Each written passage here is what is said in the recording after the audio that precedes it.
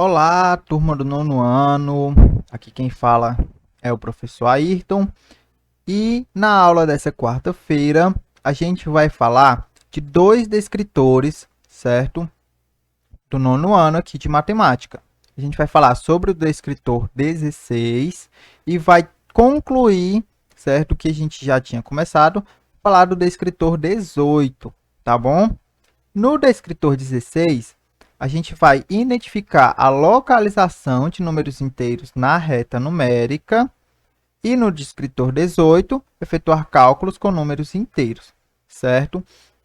Na segunda-feira, aquela atividade que foi postada, certo? Ela foi muito mais com números naturais do que com números inteiros. A atividade com números inteiros, mesmo envolvendo aí números positivos e negativos, a gente vai fazer hoje, certo? Então vamos lá. Para começar, a gente vai relembrar aqui a ordem de resolução de uma expressão numérica, certo? Então toda expressão numérica, ela deve, certo? Sempre ser começada pelos parênteses. Então se tem parênteses, a gente olha para dentro dos parênteses, certo? Se dentro dos parênteses tiver alguma operação, a gente resolve, certo? Além dos parênteses, né, a gente tem os seus similares, que são os colchetes e as chaves, tá bom? Tendo os três, eu sempre começo pelos parênteses, certo? Se tiver mais do que um desse, ó, eu sempre vou começar pelo parênteses, depois eu olho para dentro dos colchetes e, por último, por dentro das chaves, certo? Bom, levando em consideração que tem um parêntese, certo? O que eu vou fazer? Eu vou identificar se tem uma dessas operações aqui, certo? Se tem uma potenciação ou radiciação, multiplicação ou divisão, adição ou subtração, certo? Sempre na ordem que foi mostrada aqui, certo? Potenciação e radiciação é o primeiro a ser resolvido. Resolveu, ou caso não tenha, né? Vou colocar um vezinho aqui. Vai procurar as multiplicações e divisões. Resolveu as multiplicações e divisões? Aí sim a gente vai para adição e para subtração, certo? Pronto. A gente só vai somar e subtrair no último, certo? Vai ser a última operação que a gente vai fazer.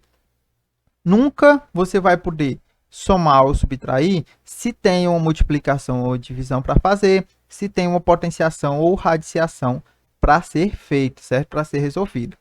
Mas vamos tentar mostrar isso aqui na prática. Ó. Eu tenho aqui a expressão, certo? Uma expressão muito grande, né? Bastante complicada, mas vamos tentar olhar para ela com um pouquinho mais de calma. Perceba que aqui eu tenho, sim, parênteses, vários parênteses, mas o que eu tenho dentro de cada parêntese, certo? É isso que a gente tem que se atentar. Dentro de cada parêntese eu tenho apenas um número, né? Aqui é o 2 negativo, aqui é o 4 positivo. Como eu não tenho nenhuma operação aqui dentro, certo? Dentro do parêntese, eu vou considerar que eu não tenho nada para resolver, certo? Nem aqui dentro, ó. Então, eu vou olhar agora para o colchete, tá bom? O que eu tenho dentro do colchete? Eu tenho dois números se multiplicando. Então, é isso que eu vou fazer, ó. Eu vou multiplicar esses dois, tá bom? E aí, ó, menos 2 vezes mais 4, tá? O menos, né, altera o sinal do segundo, então vai ficar menos 2 vezes 4, 8. O colchete continua. Por quê? Porque ele está elevado ao quadrado. Bom, vamos dar continuidade aqui, certo? Esse parênteses aqui, da mesma forma, ó, ele tem o menos 2 elevado a 3. Espera lá, isso daqui é uma operação, ó. 2 elevado a 3 é uma operação. Perceba que o 3 ele está junto do 2. Ele não está pegando o sinal, certo? Negativo, ele está junto do 2. Então, o que eu vou fazer é elevar apenas o 2 elevado a 3. Como é que vai ficar isso aqui? 2 elevado a 3 é 2 vezes 2 vezes 2, que vai ser 8, certo? mais, ó, colchete. Aí aqui, da mesma forma que a gente tinha anteriormente, né? Mesma forma que a gente viu aqui, a gente vai fazer aqui também, ó. Lá era uma multiplicação, aqui é uma divisão. Esse sinal muda o sinal desse, né? O menos muda o sinal do próximo. Então, mudando esse sinal vai ficar menos. 32 dividido para 16 vai ser 2, certo? E aqui é elevado a 3. Bom, agora que a gente já fez tudo aqui, vamos para a próxima linha, né? Vamos resolver essa próxima linha. Perceba que aqui eu tenho potências para ser resolvidas e tenho também uma divisão e uma soma, seguindo a ordem de resolução. Primeiro, as potenciações. Então, aqui, ó, 8 elevado ao quadrado, certo? Vamos lá. Quando a gente tem uma potenciação onde a minha base é negativa e o meu expoente é par, certo? A gente estudou isso aqui na última aula. O meu resultado vai ser positivo. Por quê? Vai ser menos 8, ó, vou falar aqui. Menos 8 vezes menos 8, né, ó.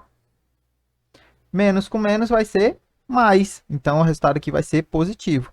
E 8 vezes 8, 64. Beleza? Então, a resposta aqui é 64.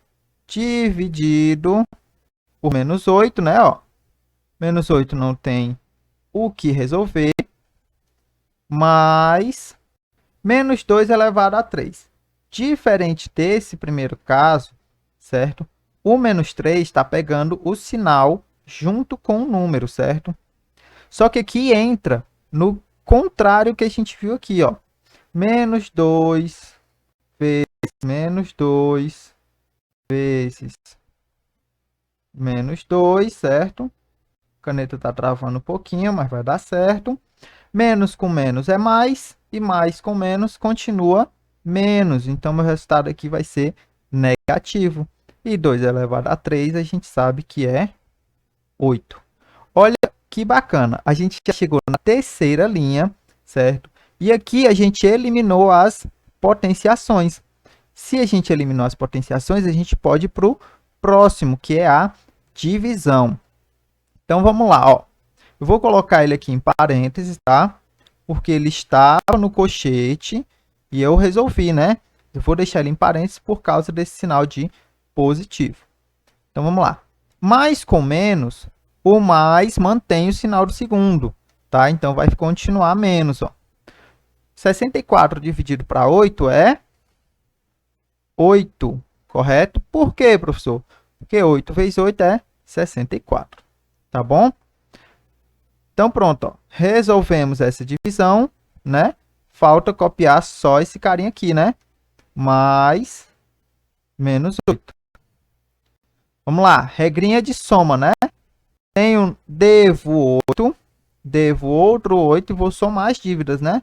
Na prática, o que acontece? Esse mais mantém o sinal de negativo. Então, eu tenho menos 8. Eu já devo 8. Devo outro 8. No fim das contas, eu vou dever 16. Tranquilo, pessoal, aqui? Então, ó, sempre que a gente for resolver uma expressão, a gente tem que se ligar nessa ordem de resolução. Se você, por acaso, atrapalhar essa ordem, muito, mas muito provavelmente você vai chegar na resposta errada. Então, cuidado na hora de resolver expressões, certo? Com a ordem de resolução a ser seguida. Beleza? Bom, agora a gente vai falar da reta numérica com números inteiros. Aqui, pessoal, é bem simples, tá? A reta numérica, como a gente sabe, ela... Deixa eu só diminuir um pouquinho o zoom aqui. Reta numérica, ela vai ter lá os seus números positivos e os seus números negativos, certo? E eles são equidistantes. O que que significa isso? Que eles têm todos a mesma distância, tá? Ó, aqui a gente tem o 2, 3, E da mesma forma acontece com os números negativos, ó. Menos 1, menos 2, menos 3, certo? Eu preciso seguir a mesma distância, tá bom? Por quê? A gente tem uma coisa chamada o módulo. O módulo de um número é a distância dele até o zero. Então, por exemplo, o módulo de 4 é a distância do 4 até o zero. Perceba que essa distância aqui vai ser quantas unidades? 4 unidades, né? E o módulo de menos 4, certo? Que é a distância do menos 4 até o zero, também é 4. Então, o que que isso quer dizer? Que tanto o módulo de menos 4, ó, ele é indicado por essas duas barrinhas aqui, ó, certo? E o módulo de mais 4, ambos valem 4, ok? Isso daqui vai ser bastante usado quando a gente for estudar plano cartesiano, tá bom? Porque a gente vai precisar localizar os pontos. Então, é bom que a gente já perceba por que que isso acontece, tá bom? Então, o que é o módulo? É a distância do número, certo? Em questão, até o zero, certo? Nesse caso aqui, tanto o módulo de 4 quanto o módulo de menos 4 vai ser 4 unidades. Tranquilo, pessoal? Existem ainda algumas retas, ó. Deixa eu tentar representar aqui. Onde elas fazem o seguinte, ó. A gente tem aqui o 0, por exemplo.